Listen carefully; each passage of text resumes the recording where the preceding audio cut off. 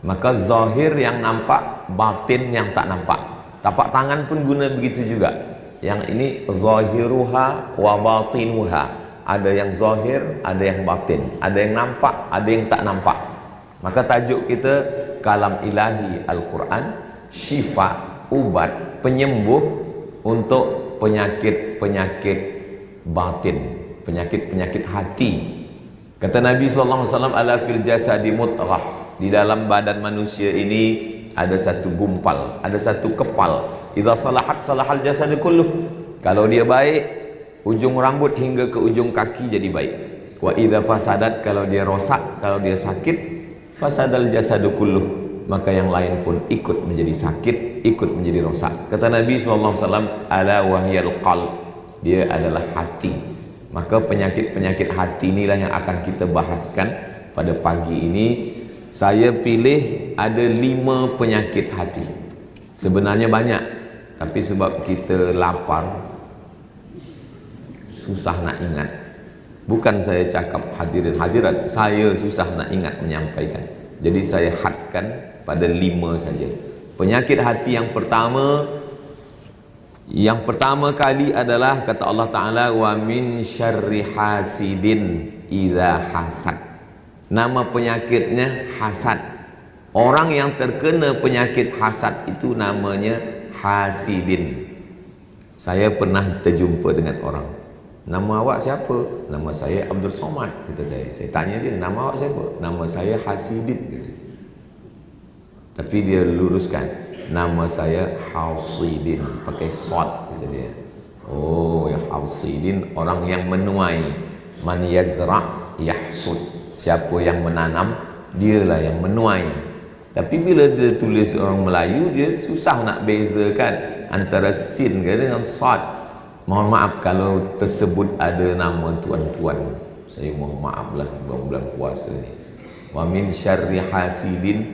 Kenapa ini yang pertama kali Ustaz bahaskan penyakit? Sebab iblis keluar daripada surga disebabkan hasad. Bani Israel benci kepada Nabi Muhammad SAW disebabkan hasad. Apa itu hasad?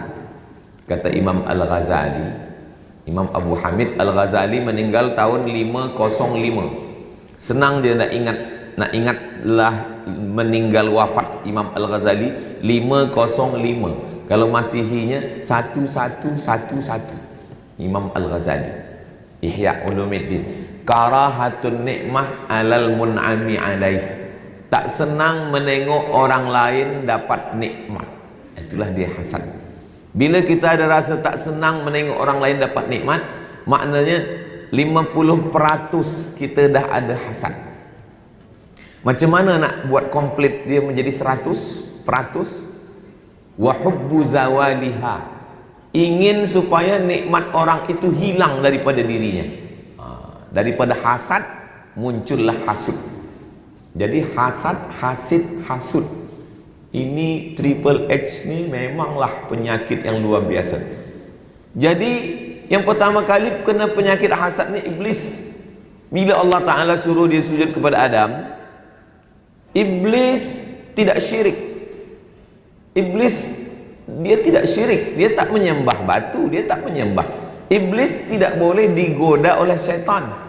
Iblis tak boleh diganggu syaitan. Sebab syaitan ni anak buah dia semua. Syaitan ini ikut dia semua. Dialah induknya. Maka iblis, penyakit dia yang pertama adalah hasad. Karahatun nikmah alal mun'ami alaih. Tak senang menengok Adam dapat nikmat. Saya lebih lama, lebih tua, lebih banyak ibadah. Kenapa pula malaikat-malaikat ni sujud kepada Adam? Wa idh qulna lil malaikati isjudu li Adam fasajadu. Semua bersujud illa iblis, kecuali iblis. Maka disitulah ada hasad dalam diri dia.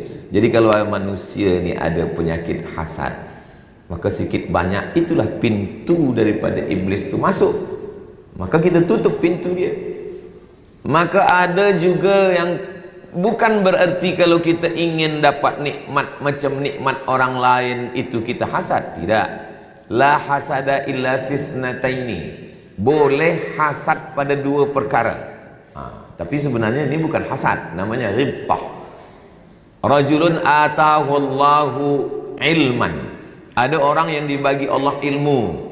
Pensyarah-pensyarah kita, profesor-profesor kita yang mensyarah di Universiti Islam Sultan Syarif Ali, hafaz Quran, ahli tafsir, ahli fiqh, ahli akidah. Kita ingin nak dapat ilmu macam dia. Itu namanya bukan hasad, itu namanya ghibtah. Boleh. Rajulun atahu Allahu malan fasallatahu ala halakatihi. Ada orang-orang yang dibagi Allah harta. Dia bina masjid, dia bina sekolah, dia bina tempat anak yatim, dia bagi scholarship. Kita ingin nak kaya juga macam dia. Boleh. Itu bukan hasad namanya, itu namanya ghibtah. Pemuda belia-belia kita, saya berkeinginan nak jadi orang kaya sebab nanti saya boleh tolong fakir miskin. Boleh. Dia bukan hasad. Tapi yang makna hasad ini adalah saya nak kaya macam dia, lepas tu saya sihir dia supaya dia mati. Itulah hasad ini. Daripada hasad inilah muncul hasud. Daripada hasad inilah muncul sakit hati. Daripada hasad, maka hasad inilah awal daripada segala penyakit. Kenapa Bani Israel itu tidak mau beriman kepada Nabi Muhammad SAW? Falamma ja'ahum ma'arafu, mereka kenal dengan Nabi Muhammad SAW. Tapi ketika datang orang yang mereka kenal, macam mana mereka kenal dengan Nabi? Alladzina atainahumul kitaba ya'rifunahu kama ya'rifuna abna'ahum. Mereka mengenal Nabi Muhammad SAW seperti mereka mengenal anak kandung mereka sendiri. Ada seorang perempuan, anak dia dah hilang 13 tahun.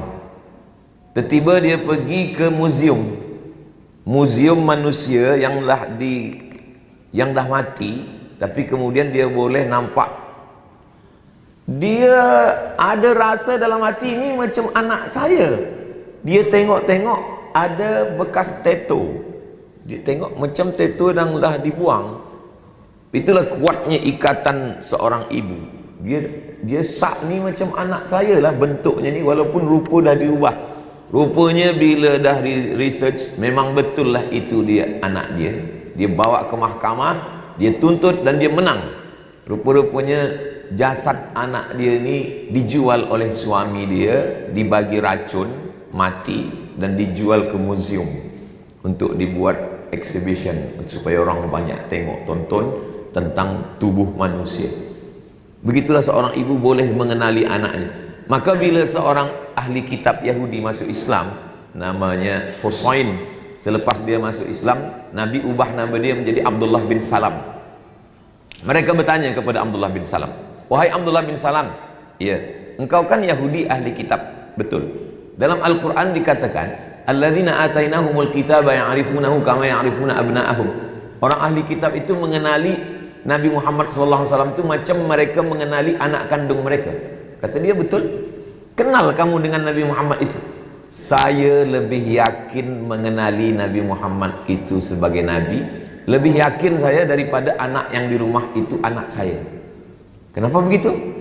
Sebab boleh jadi, maaf, boleh jadi istri saya berselingkuh dengan lelaki lain. Tapi Nabi Muhammad ini suatu kepastian. Itulah kenapa dia bersyahadat, asyhadu an la ilaha illallah wa asyhadu anna Muhammadan Rasulullah sallallahu alaihi wasallam. Itu juga yang terjadi ketika Abu Talib membawa Nabi Muhammad SAW masa kecil lagi. Dia nak pergi ke Syam. Selepas itu masa panas, mereka bernaung di sebuah saumah, tempat ibadah orang ahli kitab. Selepas itu keluarlah pendeta mereka, padri mereka, namanya Bahira. Kata Bahira, jangan kau bawa anak saudara engkau ini, sebab nanti bila Yahudi nampak, dia akan bunuh. Dari mana pendeta Yahudi itu tahu? Sebab mereka mengenali sifat-sifat dia. Kemudian Bahira bertanya, ini siapa? Kata Bahira, ini anak saya. Ini siapa? Kata Abu Talib, ini anak saya. Kata Bahira, kalau betullah kitab yang saya baca, ini bukan anak engkau. Sebab anak ini ayahnya dah meninggal bila dia dalam rahim ibunya. Dari mana engkau tahu? Kata Abu Talib. Sebab 3. Satu, nampak saya dari tadi awan menaungi dia. Yang kedua, pokok-pokok kayu bersimpuh dan batu-batu pun bersujud kepada dia. 3 tanda itu hanya ada pada seorang nabi yang diutus Allah SWT. Dari mana Bahira tahu? Bahira tahu alladzina atainahumul kitaba ya'rifunahu kama ya'rifuna abna'ahum falamma ja'ahum ma'arafu. Tapi manakala yang mereka kenal itu sudah datang, kafaru bih, mereka ingkar kepadanya. Kenapa mereka ingkar? Hasadan, hasad, dengki. Mereka mahunya nabi yang last sekali itu adalah dari puak keturunan Ishak, sama-sama anak Ibrahim, tapi dari jalur Ishak.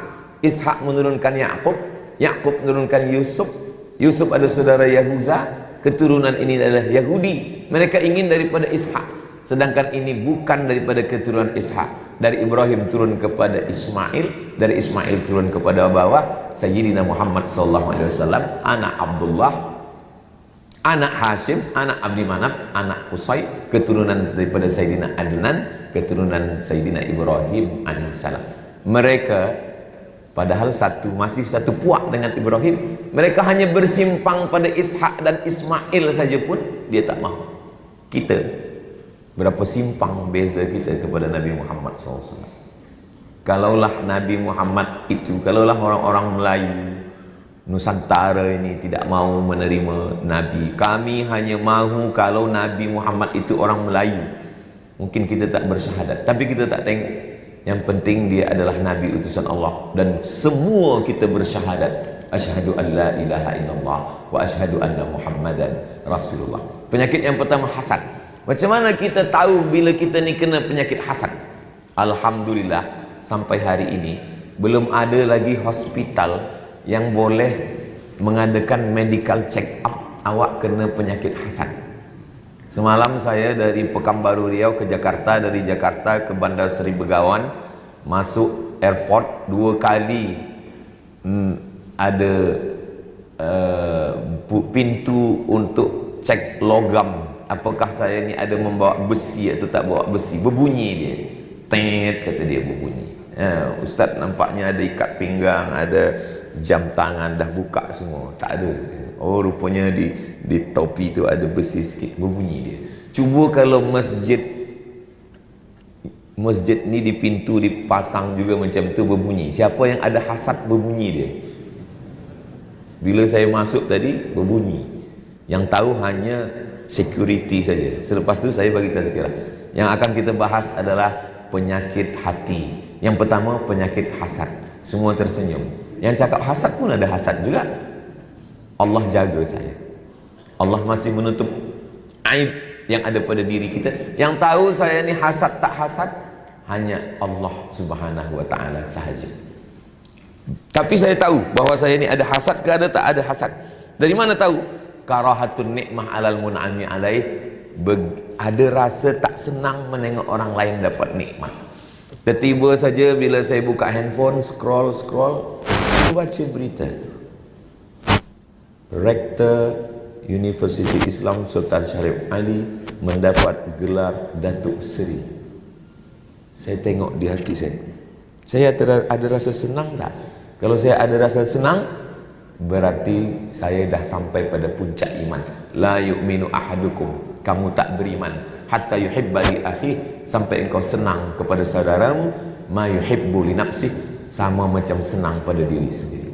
Kalau kita senang menengok saudara kita dapat nikmat, itu maknanya kita dah sampai pada puncak iman. Tapi kalau dalam hati kita ada rasa tak suka, ada rasa benci, sesungguhnya kita dah ada hasad. Macam mana rasa Ustaz masa baca berita tu? Taklah saya ceritakan, cukuplah saya dengan Allah sendiri. Tapi rasa-rasanya saya rasa ikut senang hati, saya rasa ikut bangga hati. Maka kita jangan selalu post semua berita kesenangan kita, jangan selalu post di Instagram, di TikTok, sebab tak semua orang senang menengok kebahagiaan kita. Kadang bila dia tengok naik gula darah dia, bila dia tengok naik darah tinggi dia. Sebab tak semua orang senang. Ustaz cakap macam ni, tapi kami tengok Instagram Ustaz selalu posting. Memanglah saya nak susahkan hati orang. Yang ejek-ejek saya, yang olok-olok saya, memang saya bagi gambar semua. supaya dia cepat mati. Mana boleh, tak boleh kita nak buat orang tak baik. Maka segala nikmat Allah tu kita sembunyikan yang kira-kira menyakitkan hati dia. Dari penyakit hati inilah dia keluar kepada penyakit badan. Saya banyak kawan doktor, saya tanya, doktor, ya, kenapa ada orang tak makan kambing, tak minum susu, tak makan gulai kambing, tak makan sate kambing, tapi kolesterol dia naik, gula darah dia naik, diabetes dia naik, jantung dia naik. Kenapa, kata saya? Kata doktor, sebenarnya ini bukan masalah makanan, Ustaz. Ini masalah psikologi. Ini masalah fikiran, kata dia. Oh, saya faham lah. Maknanya doktor ni cakap dia lembut. Kalau cakap saya, ini masalah busuk hati. Tak senang mendengar orang lain dapat nikmat. Bila pergi walimah, bila pergi akikah, bila pergi acara program nikah, bila tengok orang nak cepat balik, kata seorang perempuan, bang cepatlah kita balik. Kenapa? Gelang kawan ni besar betul. Tengok. Maka isteri saya, tapi bukanlah makna saya nak menyindir-nyindir, tidak.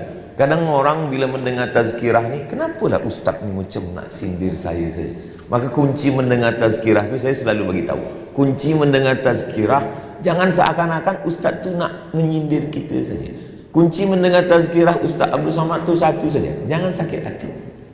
Sebab beberapa jamaah bila dia sakit hati balik ke rumah meninggal. Macam mana boleh? Bukanlah sebab itu. Maka hati kita ni mesti kena jaga hati. Cubalah kita bawa kereta. Kita bawa kereta, ini kita drive, yang pegang ni tangan kita. Semuanya tangan dan kaki, tangan, kaki, mata, tangan, kaki, mata. Tapi bila kita tengok apa yang polis tulis di tepi jalan, hati-hati. Kenapa tak kaki-kaki? Kenapa tak mata-mata? Kenapa tak tangan-tangan? Kerana mata, tangan, telinga dan kaki dikendalikan oleh hati. Itu maka mesti jaga hati, jangan sampai sakit hati. Galah patah boleh disambung, kaca retak boleh direkat. Hati yang sakit, kemana ubat akan dicari?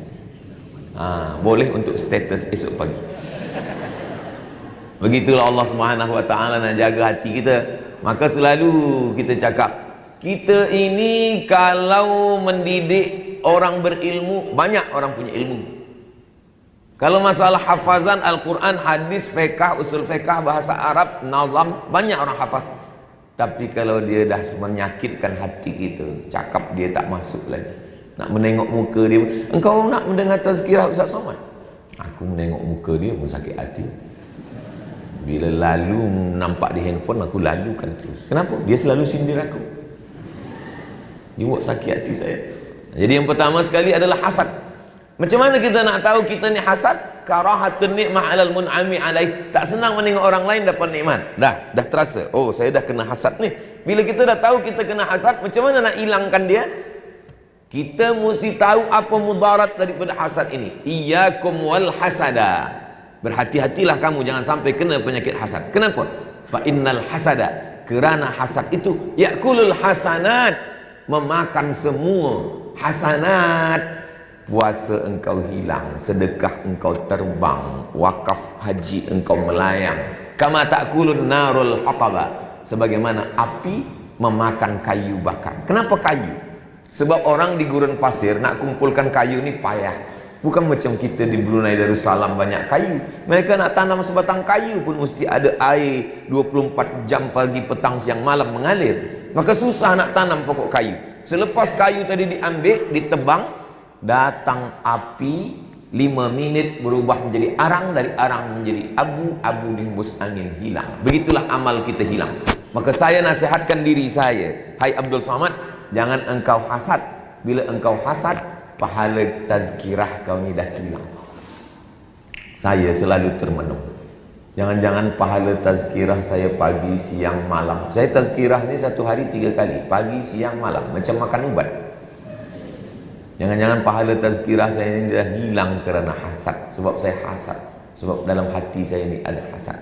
Maka selalu kita, sebenarnya kita kalau tazkirah ni Satu yang ke orang, yang empat ni ke kita sendiri. Kalau ada orang bagi tazkirah, dia tunjuk jamaah sekalian. Sebenarnya untuk jamaah tu satu, yang empat ni ke dia semua, kita semua. Maka saya jarang sekali tazkirah guna tangan, sebab keempat ke saya, satu ke orang. Jadi bersih. Kalaupun jamaah nak doakan saya malam-malam Ramadan, malam yang dikabulkan Allah, doa mustajab, makbul, maka doakan supaya yang menyampaikan, yang bercakap ni supaya hatinya bersih daripada hasad. Doakan supaya Ustaz Somad bersih daripada hasad. Jangan hanya atakmurunan nasa, apakah engkau menyuruh manusia sedangkan engkau sendiri lebih parah daripada itu. Kabura maqtan indallah, orang yang paling besar murkanya adalah antaqulu ma la taf'alun, engkau bercakap tapi engkau sendiri ada hasad. Saya sebagai manusia tentu ada dalam diri, maka saya ingin nak ubatkan hati saya dengan cara iyyakum wal hasada. Selepas itu orang yang ada dapat nikmat itu kita doakan dia, doa di hadap-hadapan dia. Saya Ustaz tak bolehlah nak mendoakan dia. Kenapa? Sebab dia ini, saya ada hati kepada dia Ustaz. Tiba-tiba saja dia kirimkan jemputan. Kuatkan hati, datang ke jemputan dia, datang ke hadapan dia, doakan dia. Barakallah lakuma wa baraka alaikuma wa jama'a bainakuma fi khair. Makanya dalam Islam ada doa yang di hadapan orang. Menikah dia, barakallahu lakum wa baraka alaikum wa jama'a bainakum fi khair. Maka yang belia-belia, yang penuntut-penuntut, yang lelaki-lelaki, jangan gantungkan hati hanya pada satu-satunya. Bila nak meminang perempuan, jangan katakan engkaulah satu-satunya. Jangan katakan begitu. Mahukah engkau menjadi bidadari surgaku? Bila engkau mahu, kupinang engkau dengan bismillah. Bila engkau tak mau, bunga bukan setangkai, kumbang bukan seekor, patah tumbuh hilang berganti, hilang satu tumbuh seribu. Begitu. Jangan tunjukkan kita lemah, tunjukkan kita kuat. Di hadapan dia kita kuat. Bila dah ke tepi-tepi laut, menangislah di situ. Menangis jangan di hadapan perempuan, menangis di hadapan Allah, mengadu kepada Allah. Rabbi la tazarni fardan wa anta khairul warisin. Jangan kau jadikan aku sendirian ya Allah, engkau sebaik-baik pemberi waris. Tapi doa macam ni jangan kuat-kuat dalam masjid, didengar orang, tak jadi ke? Minta kepada Allah SWT. Bila ada orang punya anak, kita doakan di hadapan dia. Barakallahu laka fil mawhub wa syakartal wahid wa razaqta birrahu wa balagha asyaddahu. Semoga Allah berikan karunia anak ini sampai berusia dewasa, sampai dia berbakti menjadi anak yang soleh. Rabbi habli minas solihin. Doakan di hadap-hadapan dia. Ada orangnya di hadapan. Saya Ustaz, kawan saya sama-sama di college, sama-sama university, sama-sama satu office, tapi dia nikah lebih awal lagi. Mungkin menurut ilmu Allah itu lebih baik. Kami sama-sama nikah di hari yang sama, dia punya anak. Saya dah 10 tahun Ustaz tak ada anak. Dia nikah Januari, Mei ada anak. Apa ni musibah ni? Doa kepada Allah SWT supaya Allah jauhkan semua daripada penyakit-penyakit yang merosakkan anak-anak kita ini. Sebab apa? Sebab kita jaga dia. Rabbi habli minas salihin, Rabbana hablana min ladunka dzurriyyatan thayyibah, Rabbana hablana min azwajina wa dzurriyyatina qurrata a'yun. Sejuk dipandang mata. U'idzuka bi kalimatillahi tammah min kulli syaitani wa hammah wa min kulli ainin lammah. Doa di hadapan orang itu menyihatkan hati kita. Selepas itu apa? Doa an zahril ghaib. Ghaib, orangnya tak ada. Bangun malam jaga tahajud, doakan dia. Pejam mata, siapa yang nampak waktu pejam mata? Nampak orang yang dapat nikmat, kereta besar, rumah besar, duit besar. Sakit hati kita, doakan dia. Ustaz dah cuba? Sudah saya cuba, berat memang. Membayangkan orang-orang yang cakapnya menyakiti hati kita memang berat. Tapi saya dah cuba. Dan yang saya tazkirahkan tu saya cuba dulu waktu tawaf tu. Saya cuba, ini orang ini yang mengolok, yang mengejek, yang rupanya terasa dia hilang dari hati kita. Sebab kalau kita simpan, Sama macam handphone kita, dia kalau file tu terlalu banyak, penuh di dalam, dia berat, maka kita mesti buang. Bila ada waktu lapang, kita cari file, ini video tak penting, buang. Laptop kita juga, komputer kita juga. Bila dia lambat, error, hang, lama, kita buang file-file yang tak penting. Begitu juga file yang ada dalam hati kita ni, jangan kita simpan. Kadang manusia ni suka menyimpan, yang lama-lama disimpan. Bahkan ada nak mati pun dia pesankan juga. Mak, apa pesan mak untuk kami anak cucu? Satu saja, jangan nikah dengan anak cucu dia hingga 7 keturunan. Apa ni? Tinggalkanlah pesan yang baik-baik. Aku ingin anak cucu engkau bertudung panjang. Di mana bumi dipijak, di situ langit dicunjung. Di mana lelaki bertanjak, di situ perempuan bertudung.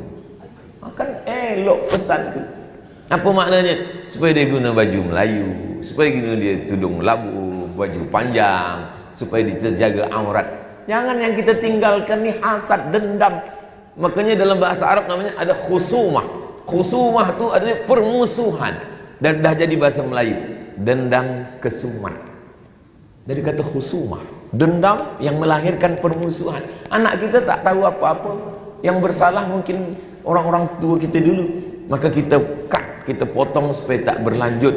Dan kita doa kepada Allah supaya disucikan, dibersihkan hati. Allahumma ja'al fi qalbi nura, jadikan dalam hati saya ini cahaya.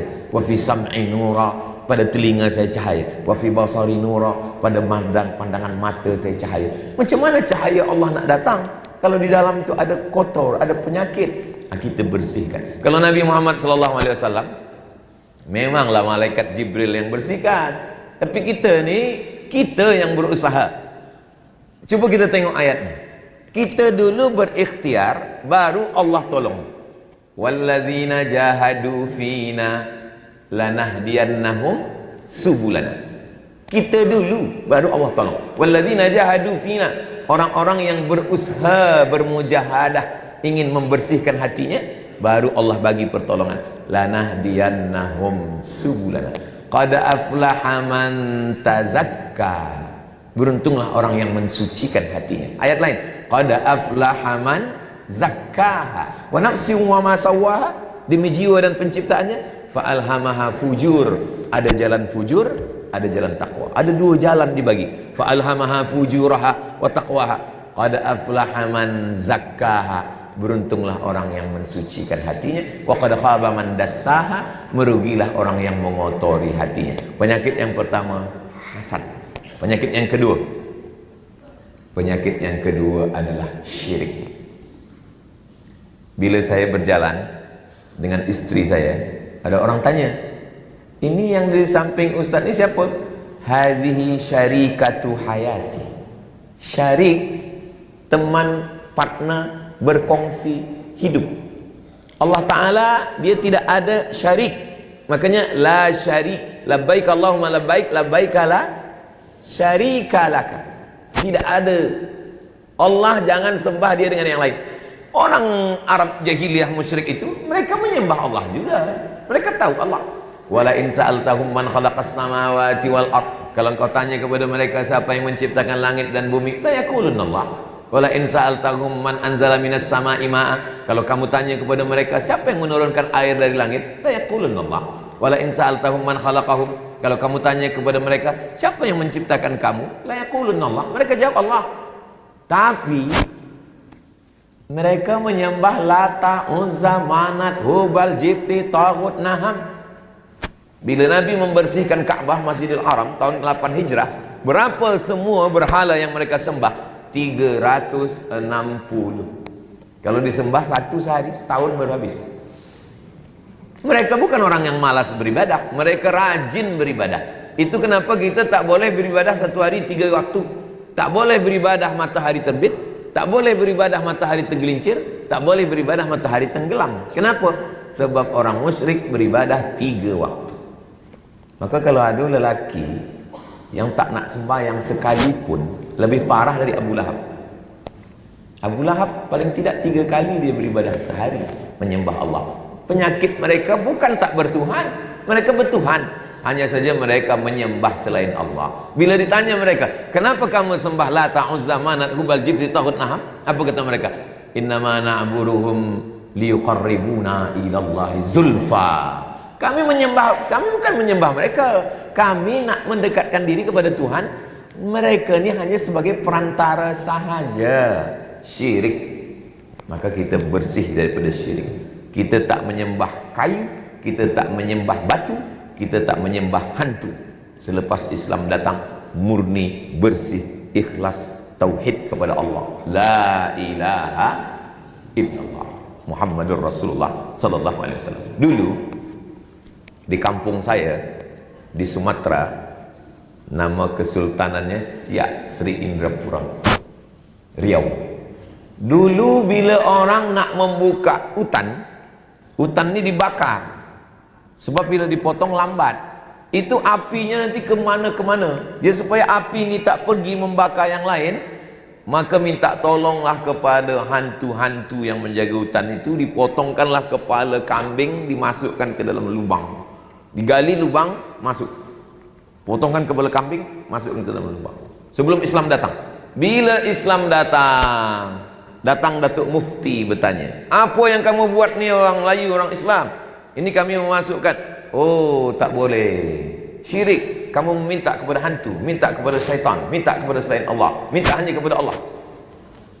Oh, kami takut Datuk Mufti, nanti ini macam mana dia ganggu. Tidak.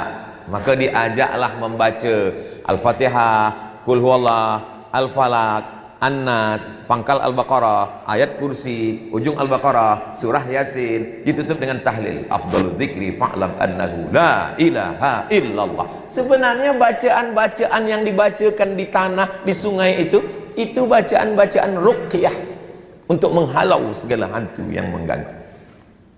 Macam mana dengan kepala kambing ni? Darahnya saja buang, sebab darah najis. Kepalanya masak. Oh, kami takut nanti saya makan. Itulah asal muasal. Bila ada walimah kenduri, pasti yang dibagi makan kepala kambing tu zaman dulu Tok Mufti.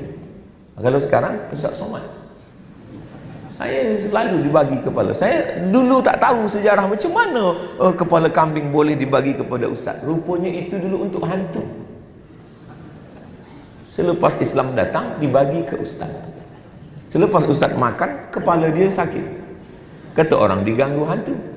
Bukan hantu, kolesterol. Islam datang mentauhidkan manusia daripada menyembah kepada selain Allah. Ya'udzuna birijalim minal jinni. Ada setengah manusia ini minta perlindungan kepada jin. Sampai hari ini masih ada. Ustaz Abdul Somad, itu ada orang di kampung kami. Dia pukul tanah, boleh keluar emas. Dia putarkan tangan, boleh keluar emas. Dari mana? Jin. Dia berkawan dengan jin.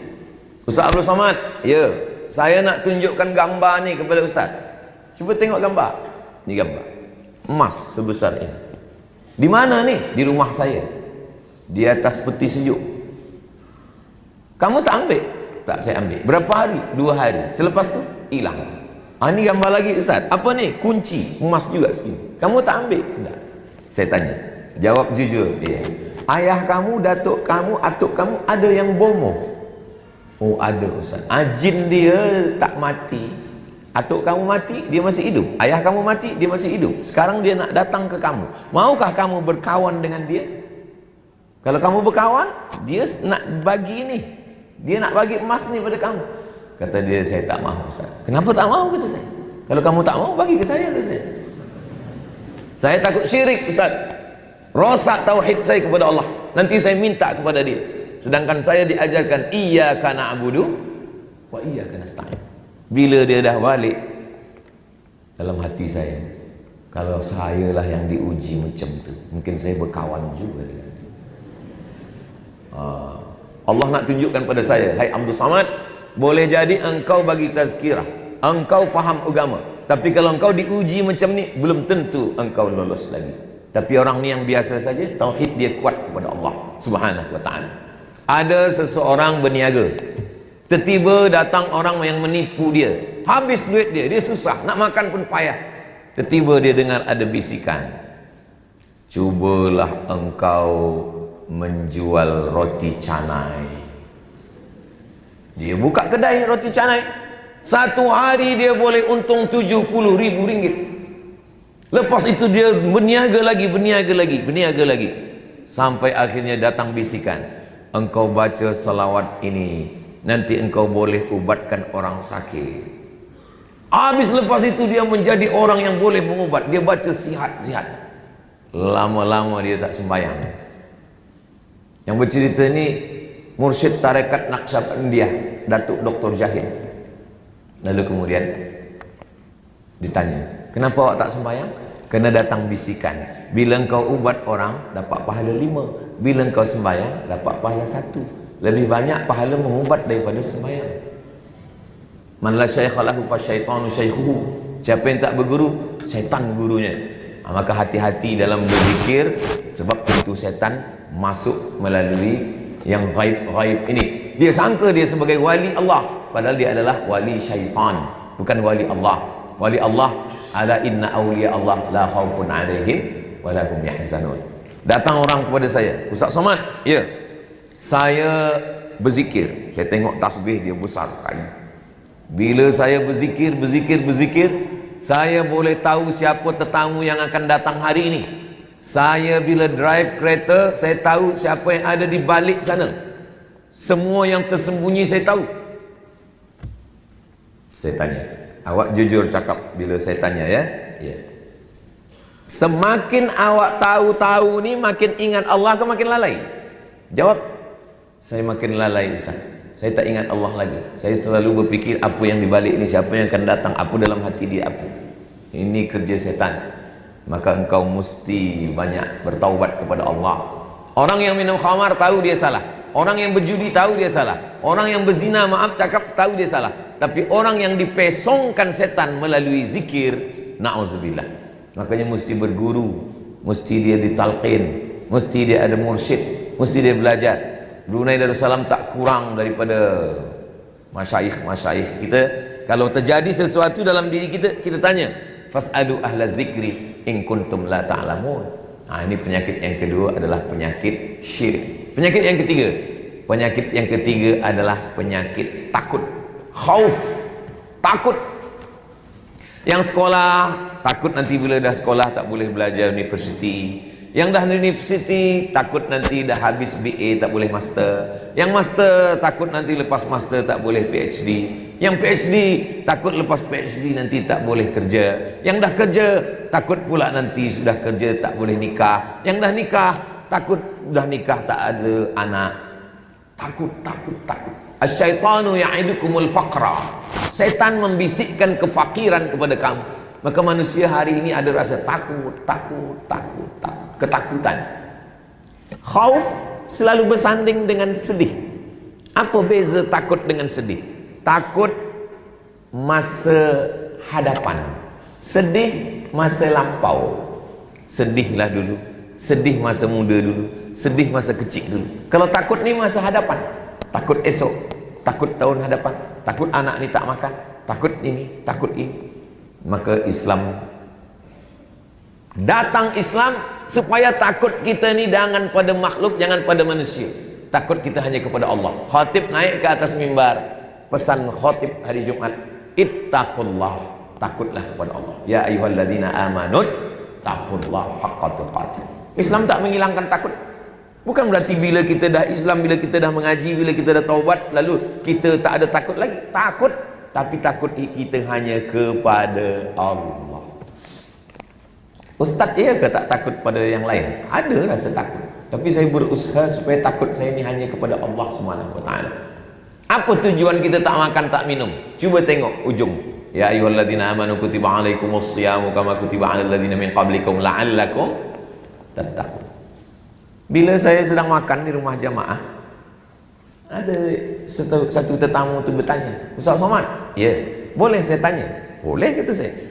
Macam mana orang takut pada isteri? Kata saya, orang yang takut isteri, nanti bila dia mati, dia tak kena azab kubur, kata saya. Kenapa begitu Ustaz? Sebab dia dah terlampau kena azab di dunia. Dia sebenarnya bukan takut kepada manusia, tapi pada cakapnya. Kenapa awak takut? Sebab dia selalu tanya saya, dah sembahyang ke, dah baca Quran ke, pergi ke mana, balik pukul berapa, jalan sama siapa. Jadi awak takut sebab itu ya. Itu adalah bidadari surga yang dikirim Allah SWT, supaya engkau jangan buat maksiat, supaya buat dosa. Sebenarnya suamilah yang mengingatkan istri supaya jangan ini, jangan ini. Al-mu'minun lelaki, wal mu'minat perempuan, ba'duhum awliya'u ba'd, mereka saling tolong menolong. Ya'muruna bil ma'ruf wa yanhauna 'anil munkar. Mestinya lelakilah yang menjagakan istri untuk jaga malam supaya tahajud, untuk jaga malam. Rahimallahu mar'an aiqadha ahlahu. Allah merahmati seorang suami yang menjagakan malam istrinya untuk tahajud, untuk makan sahur. Tapi sudah 15, 14, 15 malam nih, siapa yang, tapi 15 malam nih rasa-rasanya istrilah yang menjagakan suami. Di tempat saya, kalau di Brunei Darussalam, suami lah menjagakan. Dialah yang mengambilkan air, memercikkan ke wajah istrinya. Wake up my honey, wake up my darling. Kalau yang nikah bulan Sya'ban petang. Tapi kalau yang udah 20 tahun macam polis di Masjidil Haram lah, haji. Sebenarnya ini tanggung jawab lelaki. Ar-rijalu qawwamuna 'alan nisa. Lelaki yang meluruskan perempuan. Khuliqatil mar'atu min dhila'. Perempuan itu diciptakan dari tulang rusuk, a'wajuha a'laha. Tulang rusuk yang paling bengkok, yang paling atas. In akhadta aqamtaha kassartaha. Kalau engkau paksa dia untuk lurus, dia akan patah. Maka pandai-pandailah meluruskan. Makanya nanti di akhir zaman, satu lelaki 50 perempuan. Sebenarnya kalau kita tengok, bukan satu rajul disebut, satu qawwam. Qawwam maksudnya lelaki yang betul-betul sebenar-benar lelaki yang boleh menasihati, meluruskan perempuan. Jadi ketakutan kita, jangan takut, kita ada Allah. Abu Bakar Siddiq 13 tahun sudah belajar kepada Nabi Muhammad SAW. Tapi bila mereka berada di Jabal Thur, takut. Apa kata Nabi SAW? La tahzan, innallaha ma'ana. Jangan takut, jangan cemas, jangan khawatir, Allah bersama kita. Jadi kalau kita ada kawan ketakutan, katakan, kau jangan takut, Allah bersama kita. Jenis kawan ini ada dua. Yang pertama kawan ketakutan, yang kedua kawan yang menakut-nakuti kita. Aku takut, saya takut Ustaz. Jangan takut, Allah bersama kita. Yang kedua, kawan yang menakut-nakuti kita. Itu kawan Nabi Musa. Kawan Nabi Musa bila nak menyeberang Laut Merah, apa kata dia? Innalamudrakun, innalamudrakun. Itu Fir'aun dah mengejar kita, dia nak tangkap kita. Apa kata Nabi Musa? Kalla inna ma'iya rabbi sayahdin. Allah bersama saya. Cuba tengok Nabi Muhammad, innallaha ma'ana, Allah bersama kita. Tapi Nabi Musa, ma'iya rabbi sayahdin. Jadi kalau ada kawan yang ketakutan, peluk dia, katakan Allah bersama kita. Tapi kalau kawan menakut-nakuti, Allah bersama saya, tidak bersama kamu. Nah, takut ini insya Allah hilang. Ustaz pernah ketakut. Saya datang ke Bali, minoriti Muslim di Bali sih tak banyak orang. Mereka kurung saya dalam bilik kecil, bilik sebesar mihrab imam. 20 orang bawa pedang, bawa keris nak membunuh saya. Jangan kamu tazkirah sih. Saya waktu itu, saya sampai sekarang pun heran, tak ada takut saya sikit pun waktu itu. Sekarang ni membayangkannya pun saya takut. Sekarang bila saya bayangkan, tapi waktu itu tak ada sikit. Memang saya dah siap mati waktu itu. Waktu itu. Disitulah saya tahu bahwa takut itu bukan dari kita, Allah yang bagi. Saya bilang saya tidak. Dia suruh saya cium bendera merah putih itu suruh cium. Saya tak mau. Untuk apa kamu suruh cium saya? Datuk nenek moyang saya yang berjuang dulu membunuh Belanda. Sultan kami yang membagi 11 juta golden untuk kemerdekaan. Kenapa pula kamu yang suruh saya? Saya tak mau. Kalau kamu tak mau, kamu keluar sekarang dari pulau ni. Saya akan keluar, kata saya. Saya akan pergi. Saya tak mau. Datang satu orang. Ustaz Abdul Somad, itu kaum muslimin di Masjid An-Nur sudah berkumpul 5.000 orang. Ini akan terjadi perang kalau sampai begini. Akhirnya saya tetap bertahan, tapi apa yang dia suruh saya tak mau. Sampai akhirnya datanglah raja dia, agamanya Hindus. Raja dia duduk di masjid. Saya yang akan kawal Ustaz Abdul Somad. Tak ada seorang pun yang boleh mengganggu Ustaz. Dia duduk situ, saya bagi tazkirah di Masjid An-Nur. Jadi pernah saya mengalami masa-masa dihalau orang, diusir orang, dan saya tak ada merasakan takut. Maka anak-anak kita ajarkan. Kalau terulang lagi, tak tahu juga, boleh jadi takut. Saya terbang sampai ke Timor Leste. Sampai ke Timor Leste, saya dah nak masuk. Mohon maaf Ustaz, Ustaz tak boleh masuk. Kenapa, kata saya? Sebab kami dapat kabar 1 jam yang lalu, dapat fax dari Jakarta bahwa akan ada orang yang datang kemari, namanya Abdul Somad, dia teroris. Jadi saya ni teroris lah. Iya, kata dia. Tak boleh. Okey lah, saya duduk, saya tak masuk. Dia bagi nasi, kawan saya berbisik, jangan makan. Kawan-kawan saya masuk, saya tak masuk. Lalu saya pun nak balik lagi ke Jakarta, naik pesawat terbang. Selepas itu saya naik pesawat, saya duduk. Tak lama datang seorang perempuan. Ustaz, mohon maaf, mungkin Ustaz boleh turun balik ke bawah. Kenapa? Sebab Presiden Timor Leste nak pergi ke Jakarta. Apa salah saya? Dia tak nak satu pesawat terbang dengan teroris. Saya turun balik. Tapi tak ada rasa takut sikit pun. Padahal saya tak ada keluarga. Kalau mereka bunuh saya, mereka tangkap saya, tak masalah. Jadi saya nak ajarkan, kita buat saja apa yang disuruh Allah, nanti ketakutan kita itu akan hilang sendiri. Allah yang menghilangkan takut itu, bukan kita. Jadi hati kita ni memang ada dalam diri kita, tapi rasa takut itu Allah yang akan hilangkan. Betul janji Allah, la khaufun alaihim walakum yahzanun. La ya'rif man lam yaduk. Orang yang tak pernah merasakannya, dia akan susah mencakapkannya. Saya beberapa kali merasakannya, rasa takut itu dihilangkan Allah Subhanahu wa ta'ala. Tapi kalau sendirian di hotel, ada juga takut sikit. Menghilangkan takut itulah kita baca Bismika Allahumma ahya. Jangan baca sekarang, tertidur. Pertama, hasad. Yang kedua, syirik. Yang ketiga, takut. Yang keempat, sedih. Kenapa perempuan selalu banyak yang diganggu, maaf, jin?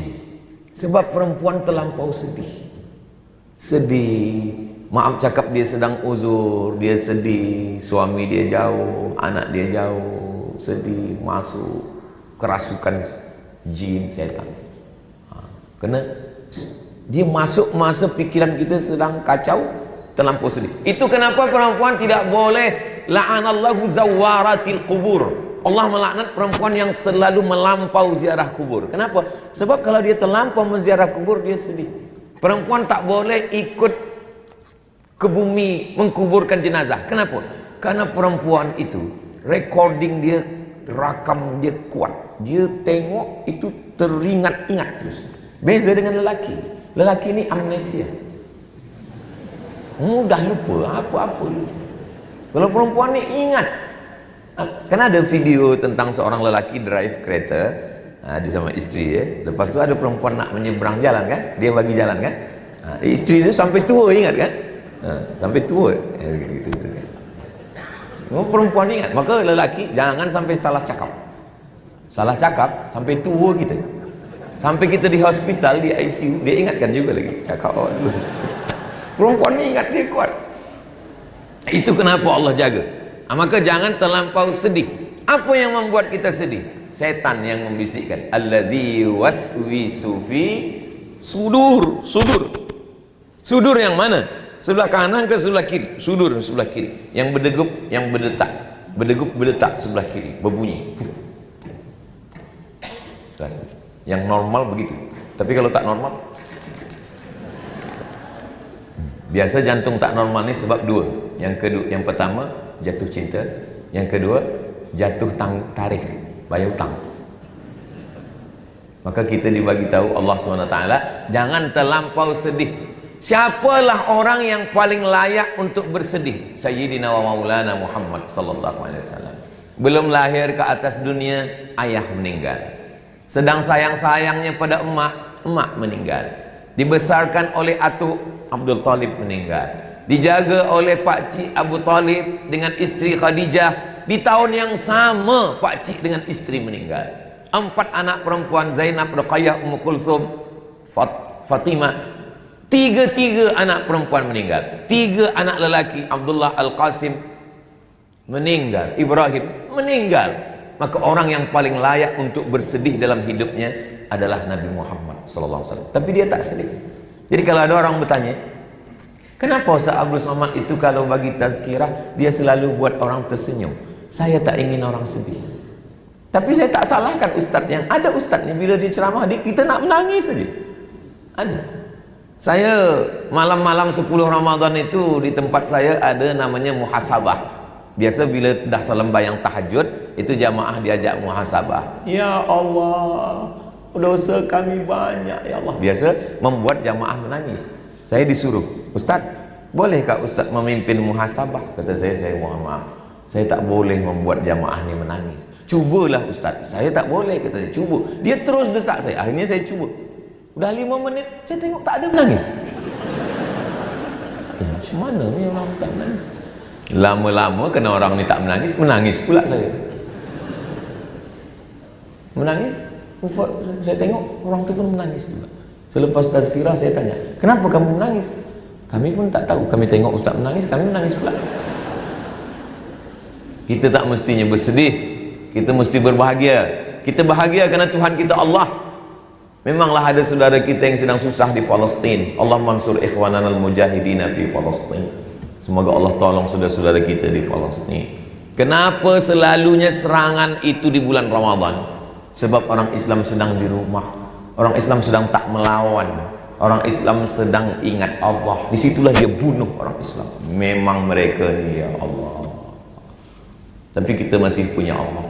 Makanya kalau kita sedih, kalau pintu syaitan masuk, jangan pernah ada kalau.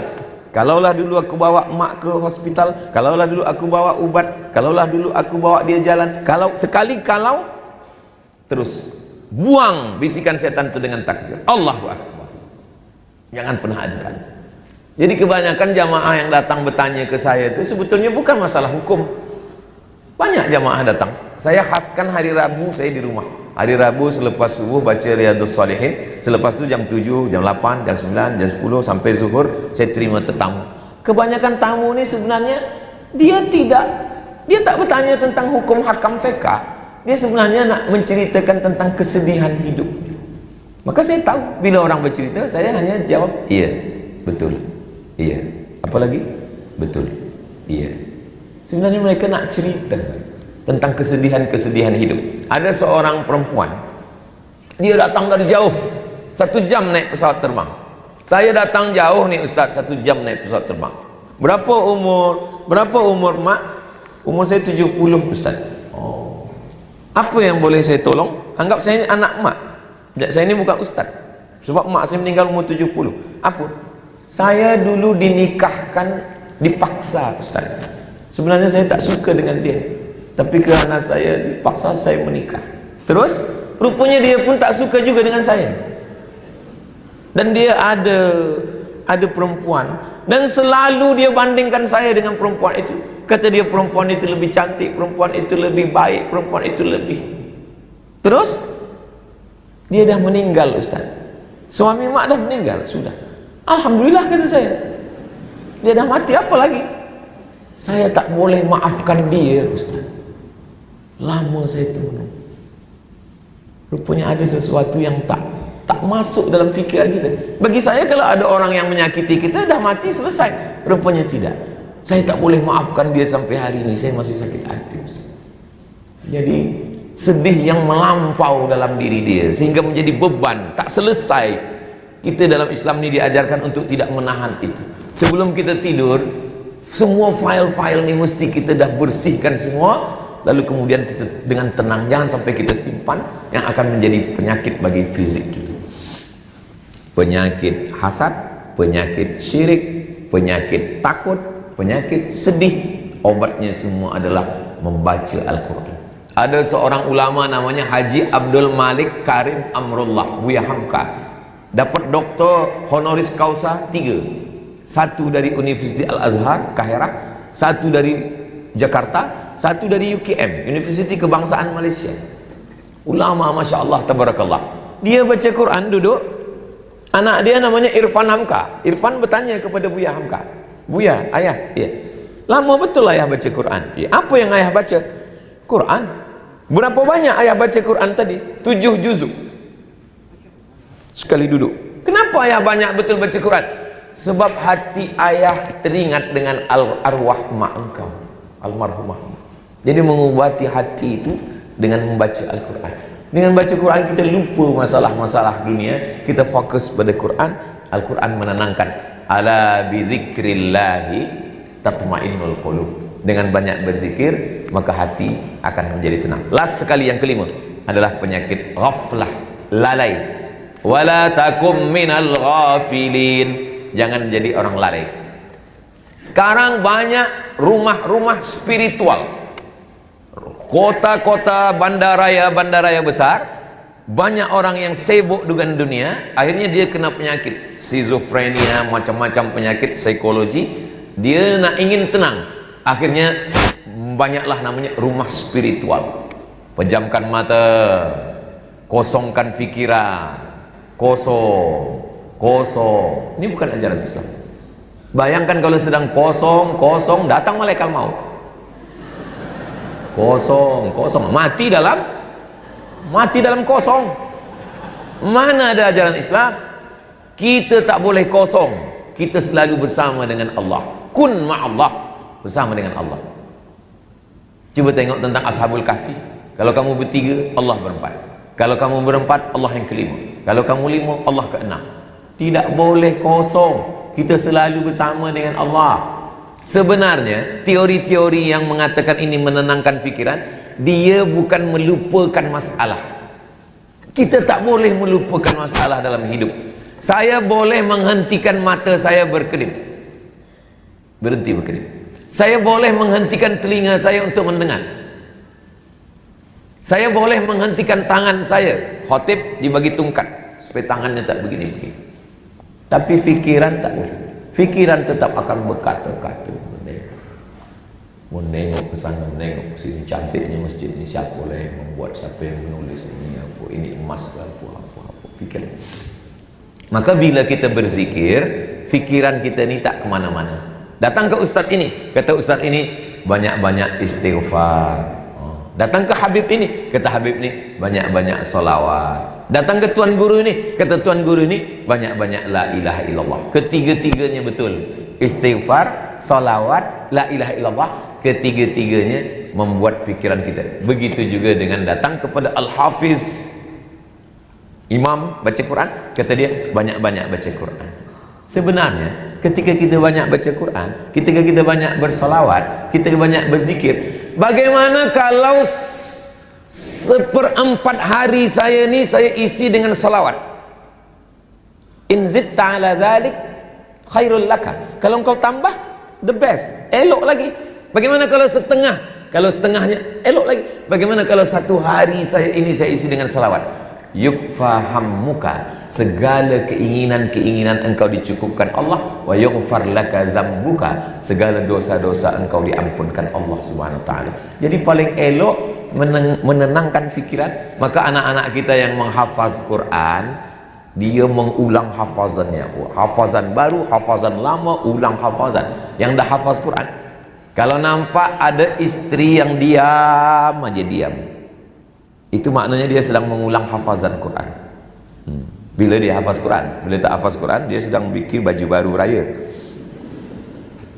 supaya fikiran tenang. Jadi kelima-lima penyakit ini, yang pertama hasad, yang kedua syirik, yang ketiga takut, yang keempat sedih, yang kelima ghaflah, lalai. Kelima-limanya tak ada ubat lain daripada Al-Quran. InsyaAllah. Allahumma arhamna bil Quran. Allahumma arhamna bil Quran waj'alhu lana imaman wa nuran wa hudan wa rahmah. Allahumma zakkirna minhu ma nasina wa 'allimna minhu ma jahilna warzuqna tilawatahu ana al-laili wa atrafan nahar waj'alhu lana hujjatan ya rabbal alamin. Kana imamuna asy-Syafi'i Muhammad bin Idris Syafi'i yukhtimul Qur'ana sittina khatamah, 60 kali khatam. Siapa yang meriwayatkan ini Ustaz? Imam Az-Zahabi dalam Siyar A'lam An-Nubala. Maka kita yang manusia biasa, kita banyakkan khataman-khataman Quran. Maka untuk kalau nak tadabbur Quran, nak baca tafsir Quran, nanti di luar Ramadan. Imam Malik bin Anas menutup majlis Muwatta. Majlis Muwatta Malik ditutup pada bulan Ramadan. Mereka lebih banyak mengkhatam-khatamkan Al-Quran. Iqra'ul Quran, bacalah Quran. Fa innahu ya'ti yaumal qiyamah. Quran ini nanti akan datang pada hari kiamat. Syafi'an li ashabi. Dia akan menolong.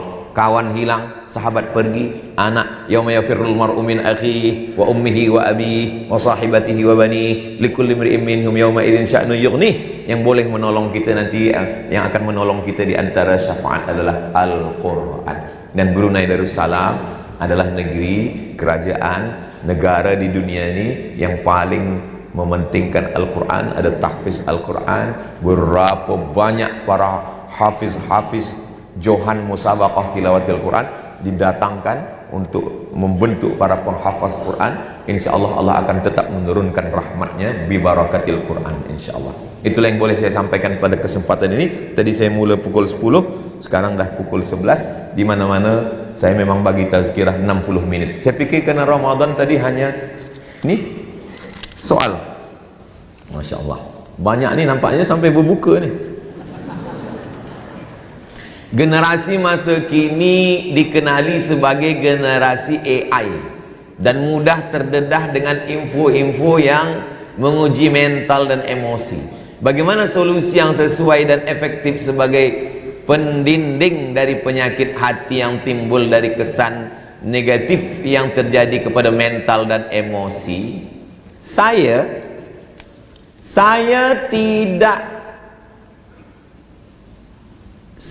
ada Instagram, ada TikTok, ada FB, ada grup-grup WhatsApp.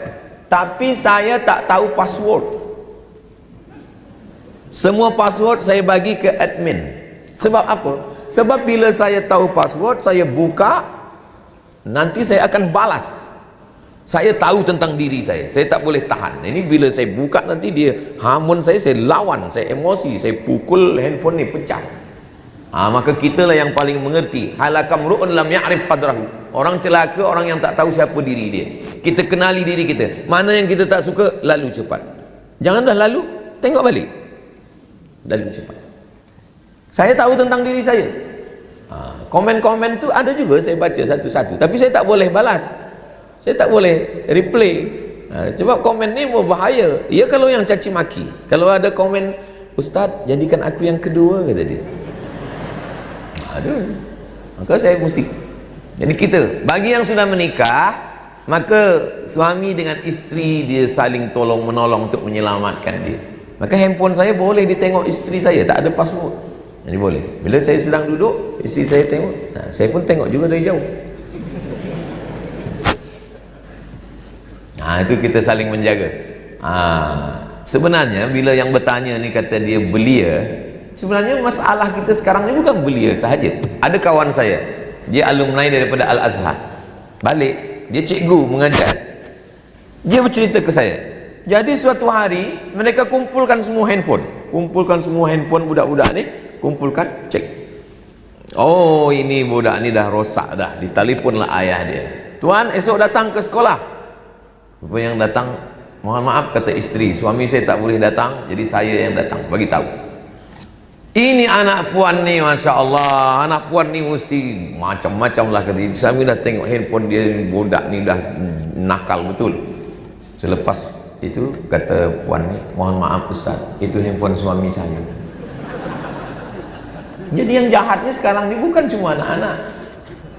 Bukan, kalau dulu kenakalan belia, sekarang kenakalan ayah-ayah. Jadi sebenarnya siapa pun boleh jadi jahat sekarang ni. Maka kita mesti saling menjaga. Wa ta'awanu 'alal birri wat taqwa wa la ta'awanu 'alal itsmi wal 'udwan.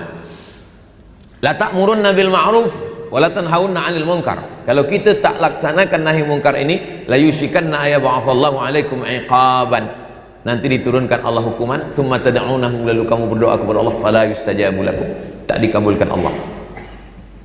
Jika seorang rasa hatinya jauh dari Allah, apakah langkah pertama yang perlu dilakukan untuk kembali? Ya ayyuhalladzina amanu tubu ilallahi taubatan nasuha. Taubat nasuha. Ma min muslimin yudhnibu dzamban. Kalau ada orang yang silap, khilaf, salah, berdosa, rasa jauh dari Allah, thumma yatatahhar, mandi taubat. Tak boleh mandi, wuduk. Tak boleh wuduk, tayamum. Mandi di mana?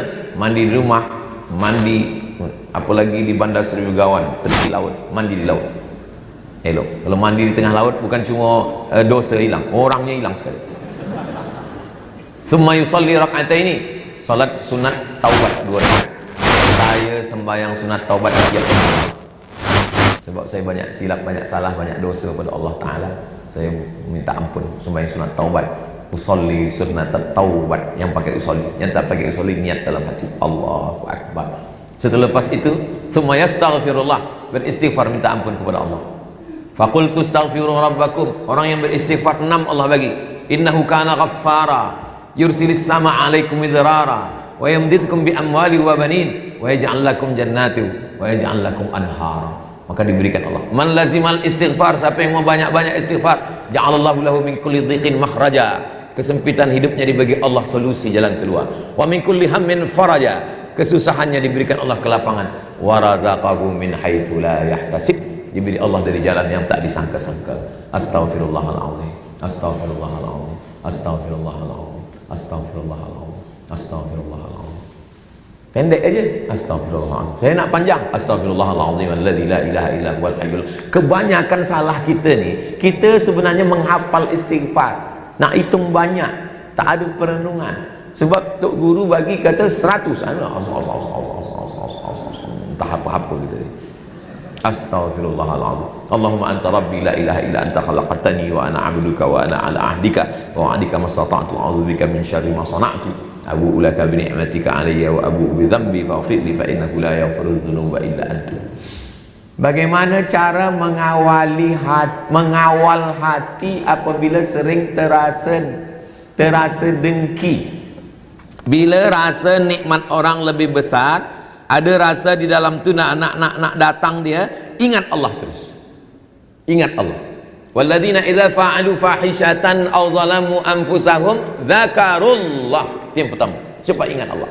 Selepas ingat Allah, fastaghfaru, minta ampun kepada Allah. Walam yusirru, 3. Ingat, istighfar, walam yusirru, cut, potong. Jangan terus. Astaghfirullahaladzim, astaghfirullah. Tolong aku ya Allah, tolong aku ya Allah. Allahumma a'inni ala dzikrika wa syukrika wa husni ibadatik. Ustaz masih ada ke macam tu? Masih. Saya masih manusia lagi. Madamat arwahuhum fi ajsadihim, selama roh ada dalam jasad, selama jantung masih berdetak, selama nafas masih berembus, masih. Maka manusia ni nanti bila dia dah mati, mustarih. Manusia ni kalau mati 2, mustarih wa mustarah minhu. Ada yang mustarih, dia memang rehat dia, sebab dia husnul khatimah. Tapi ada orang yang mustarah, bila dia mati, kita pula yang rehat. Si fulan dah mati Ustaz, alhamdulillah, rehatlah kita. Apakah tanda-tanda hati yang semakin sembuh dengan dekat dengan Allah? Hati terasa tenang. Ya, yang orang tanda-tandanya ketenangan. Huwallazi anzalas sakinata, Allah yang menurunkan fi qulubil mu'minin. Allah yang menurunkan. Majtama'a qaumun fi baitin min buyutillah, orang yang berkumpul di rumah Allah, yatsluna kitab Allah, membaca ayat-ayat Allah, wa yatadarasunahu fima bainahum, mengkaji isinya. Nazalat alaihimus sakinah, diturunkan Allah ketenangan. Kita dulu buat, baru Allah turunkan. Kita dulu buat yang 3 tadi, baru Allah turunkan.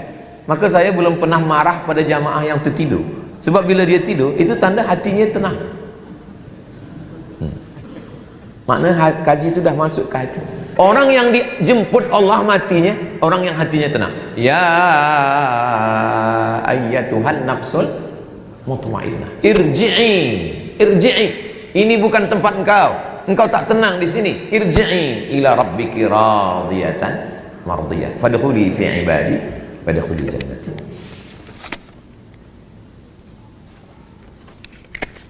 Mohon share amalan untuk sentiasa membersihkan hati dan istiqamah dalam beribadah. Pertama, pintunya taubat. Selepas kita pintu taubat itu, kita kemudian ana inda husni zonni abdi bi, bersangka baik kepada Allah. Sangka baik kepada Allah. Kita ada program, Allah ada program untuk kita. Saya ulang balik, saya ada program untuk diri saya, tapi Allah juga punya program untuk saya. Itulah takdir yang berlaku dalam hidup ini. Program saya atau program Allah? Program Allah. Maka bila program kita tak berjalan, maknanya kita husnuzan, program Allah jauh lebih indah. Saya ingin mengajar di Brunei Darussalam, itu program saya. Bila saya dah master dari Maghribi, saya datang ke Brunei tahun 2007 awal. Itu program saya. Tapi kata Allah tak. Kata Allah, aku punya program untuk engkau. Nanti engkau balik dulu ke kampung, engkau masuk dulu ke hutan, engkau bina dulu ma'had. Program Allah jauh lebih indah. Pada akhirnya, apa rencana Allah untuk diri kita lebih indah. Saya balik dulu ke kampung, saya bina ma'had Nurul Azhar, ma'had untuk orang hutan, orang asli yang tak beragama. Kami masuk lagi ke dalam Bagan Benio, kami masuk lagi ke suku anak dalam, kami masuk semua. Selepas semua selesai, kata Allah, nanti bila dah selesai, engkau datang juga ke Universiti Islam Sultan Syarif Amin. Rencana Allah lebih indah. Maka bagi Allah Ta'ala. Jadi tidak ada pemuda belia yang menangis. Kenapa kamu menangis? Saya tak jadi nikah dengan dia. Rencana Allah jauh lebih indah. Allah akan sediakan yang lebih baik, yang lebih indah. Husnuzan pada Allah. Pertama, taubat. Yang kedua, husnuzan. Punca adalah ridha. Ridha. Jangan beramal kerana ingin surga, kerana hanya dapat surga, tapi beramallah kerana ingin dapat ridha Allah. Allah akan bagi semua. Wala saufa yu'tika rabbuka fatarda. Ridha. Makanya makam yang paling tinggi adalah ridha. Ridha itu apa? Ridha itulah yang diundang, dijemput Allah SWT. Radiyatan mardiyah, yang ridha kepada Allah. Maka pagi kita katakan raditu billahi rabba wa bil islami dina wa bi muhammadin nabiyyan wa rasulah. Mohon share ayat pendinding diri daripada kena sihir. Saya tengok orang Melayu di mana-mana nak menyambut puasa baca itu, malam Jumaat baca itu, rumah baru baca itu, akikah budak kecil baca itu juga. Al-Fatihah, Qul huwallah, Al-Falaq, An-Nas, pangkal Al-Baqarah, ayat kursi, ujung Al-Baqarah, tahlil. Dari ujung Sumatera sampai ke Sulawesi, sampai ke Kalimantan, sampai ke Semenanjung, Sabah, Sarawak, sampai ke Brunei Darussalam, bacaannya sama. Itu menunjukkan yang mengajarkan itu ulama yang sama. Sebenarnya bacaan itu bacaan-bacaan yang mendinding kita daripada gangguan syaitan.